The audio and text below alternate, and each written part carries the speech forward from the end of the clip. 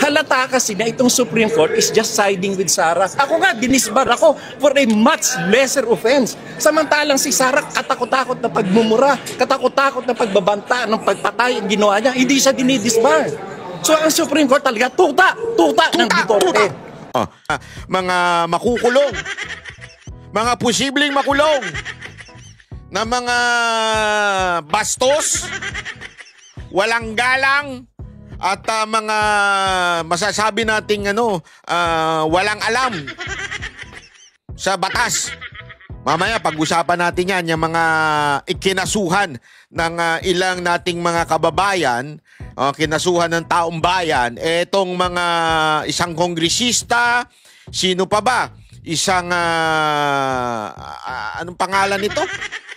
Hindi ko kasi matawag na abogado eh. Kasi una-una nung naging abogado siya, abogago talaga. Abobobo.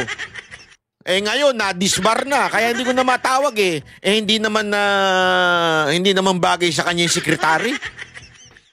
Sa bagay, sekretary ni Marcos bagay. Pareho sila ng Caracas eh. Pero matindi ho yan. At saka may isa pang kongresista. Itong mga ilang abogado natin, mambabatas natin, inutos na ng Supreme Court, sinabi ng executory to, ibig sabihin, agad-agad na ipatupad. Hindi ho ito may delay, hindi ho ito TRO. Pag sinabi ng Supreme Court, batas yan at dapat agad-agad, immediately, ina-apply na yan. Tingnan ninyo. Korte Suprema sa impeachment case ni VP Sara. Sinbilis din na ang aksyon ng mga pro-Duterte lawyer laban sa mga kritiko.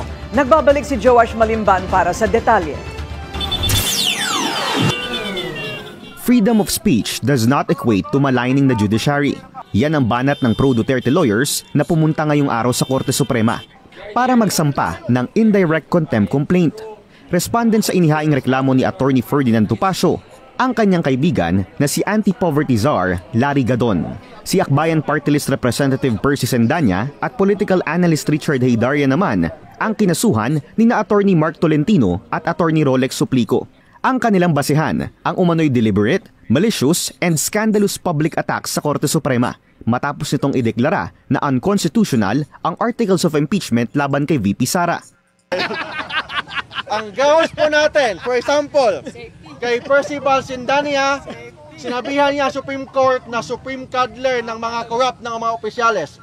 Second, itong si Richard Hidarian, nagpost sa Facebook and sa Twitter niya na lahat daw ng mga justices ng Supreme Court appointee ng mga Duterte, therefore hindi independent ang Supreme Court. Kasama sa mga ipresentang ebidensya ang ilang Facebook post ni Ay wait, abogado pala si Hidarian. Ay hindi pala. Sorry. Nag-feeling abogado. Hidarian, public statements ni Sendanya at isang interview kay Gadon noong araw ng SONA ni PBB. Tuta, nanginginig na. Bakit tumitirik bata nito? Huwag nagsasabi, tuta, mga ganon. Mana na sa amo niya. BM. Tuta ang Supreme Court, tuta ng mga Duterte. Bukod sa mga abogadong nagsampa ng petisyon, kasamang nagmarcha mula Liwasang Bonifacio hanggang Korte Suprema ang ilan pang Duterte supporters. Ipaliwanag natin, bakit ba kasi indirect contempt? Ito po sabi ng kaibigan ko, si GP, kilala niyo yun? Indirect contempt, also called constructive contempt, is a legal term that refers to acts of disobedience or disrespect to the court that occur outside the presence of the judge or courtroom. Pag direct contempt, yun yung nangyayari sa loob ng korte. Halimbawa, may bastos doon o mali ang sagot, hindi sumusunod sa rules, pwede kang i-direct contempt ng judge. Pag indirect contempt, yung mga nasa labas. Tandaan ninyo, ang judge ay judge. Hindi yan pwedeng bastusin. Unlike yung, alam mo yun, yung mga public official, pwede yan punahin. Kasi nagkakamali sila.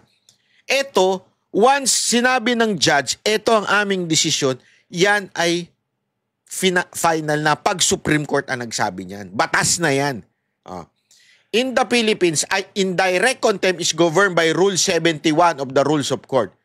Example of indirect contempt: disobeying or refusing to follow a court order, judgment. Yan yun. Publishing or spreading false report that tend to influence a pending court case. Ano yun? Halimbawa, yung sinabi ni tuta. Ayan. Di ba, false report yun na sinasabi mo, tuta ng Duterte? Ang inaano pa nga nila dito, eto may lumalabas pang issue ngayon. Dahil daw sinabihan ni Senator Bongo, kinokontrol daw yung Supreme Court. Wow! Sa tingin mo, ang isang senador na katulad ni Senator Bongo na hindi niya ugali, nung panahon nga na makapangyarihan si Duterte, hindi niya ugaling impluensya ng korte. Hindi nila ugali yan. Noong panahon na yun na sinabi na makapangyarihan nun. Kanang kamay ni Pangulong Duterte si Senator Bongo, hindi niya ginagawa yan. Laging let's follow, paano natin masasabi yan, mga kababayan? Ang daming mga nakulong na alam mo yun, halimbawa yung sa Kekian, kung may impluensya sila, di sana niligtas nila yung mga pulis doon. Hindi naman nila pinawalang sala. Wala silang ginawang ganun. Ang dami pa pong mga instances na kung saan hindi naman nakikialam si Pangulong Duterte at si Senator Bongo na noon ay makapangyarihan sila noon. Sila ay presidente at siya ay kanang kamay. How much more ngayon? Kitang-kita nyo naman kung gaano ka powerless. Kung gaano ka hina. Kasi bakit natin masasabi? Kasi ibang nakaupong presidente. Ultimo ngang, naalala ninyo, yung nandun si Pangulong Duterte sa Villamor Air Base. Hindi nga nakapasok si Senator Bongo doon. Humingi ng TRO, hindi nga nag-issue ng TRO Supreme Court noon. Di sana kinausap ni Senator Bongo yun. Psst! Supreme Court! Sunod kayo sa akin. Mag-issue kayo ng TRO. Yun na yun Diba? Yun na yung pinakamatinding instance na hindi dapat makaalis si Pangulong Duterte dito. Alam naman po natin na talagang pagdating sa karir ni Senator Bongo, alam natin na nagbitbit niyan si Pangulong Duterte. So kailangan niya dito si Pangulong Duterte and yet hindi niya nakayang pumasok. Doon makikita mo wala siyang impluensya sa Supreme Court. Yan ay mga malisyoso lamang. Kaya yung sinasabi ni Gado na tuta ng mga Duterte, tuta. Katarantaduhan po yan. Kaya talagang dapat ma-indirect contempt yung mga ganyang. Alam mo, sabi ko nga doon sa isa kong reel, maintindihan ko pa ko si Darian at saka tong yung isa na alam naman natin kung ano leaning nun. Mga aktivistang makakaliwa yun. So talagang hindi sumusunod yun. Alam naman natin sila di ba? Maintindihan pa natin sila. Si Darian, nagmamagaling lang yan. Yan ang feeling marunong, feeling may alam. Takot naman yan kay dun sa yung sa isang kaibigan nating vlogger, di ba? Hindi vlogger ba? Hindi may tuturing na vlogger Pero takot yan humarap. Di ba? Para sa debate. Wala naman yan, nagmamagaling lang yan. Nauuto lang niya yung TV5 dyan Kasi lagi siya ini-interview nun Pero yun, wala naman talagang alam yan. Mahina ang kokote niyan. Pero magtataka ka dito kay Gadon. Bakit? Si Gadon kasi abogado. Pinag-aaralan yan. Hindi ko nga naintindihan kung paano naging abogado ito si Gadon Hindi niya ba alam?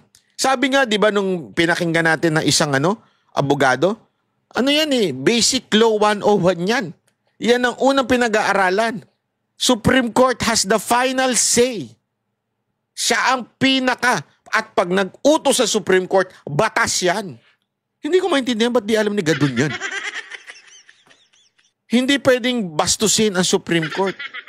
Hindi, sa bagay, siguro. Kaya niya ginagawa yan ngayon dahil na siya, wala na siyang title, hindi na siya abogado. Di ba? Wait lang Ito, tuloy. Kabilang si Duterte Youth Chairperson Ronald Cardema. Larry Gadon! Ay! Ay! May unggoy na, may asong ulol pa ngayon. Ano ba kayo? Larry Gadon! Asong ulol! Hoy! Sagot ni Gadon. Kung ang pagtatanong sa accountability ng isang public official ay asong ulol, ano naman ang mga taong mga tanga at mga bobo na ninanakawan na ay wala pa ring kibo at Wait lang. Hindi ka nagtanong. Wala kang tanong. Ang statement mo, hindi tanong. Sinungaling nito? kumakampi pa. Ang tawag sa mga yan ay mga asong, mga tanga at bobo. Dagdag pa niya, Walang asong style tangat lang bobo. Mahina. Ito tingnan, papakita Halata natin. kasi na itong Supreme Ano yung Court is sinabi just niya siding dito? with Sarah. Nagtanong Ako nga, ba siya? dinisbar ako Hindi, for a month. Ayan, baka sabihin ninyo, ako nagsisinungaling eh.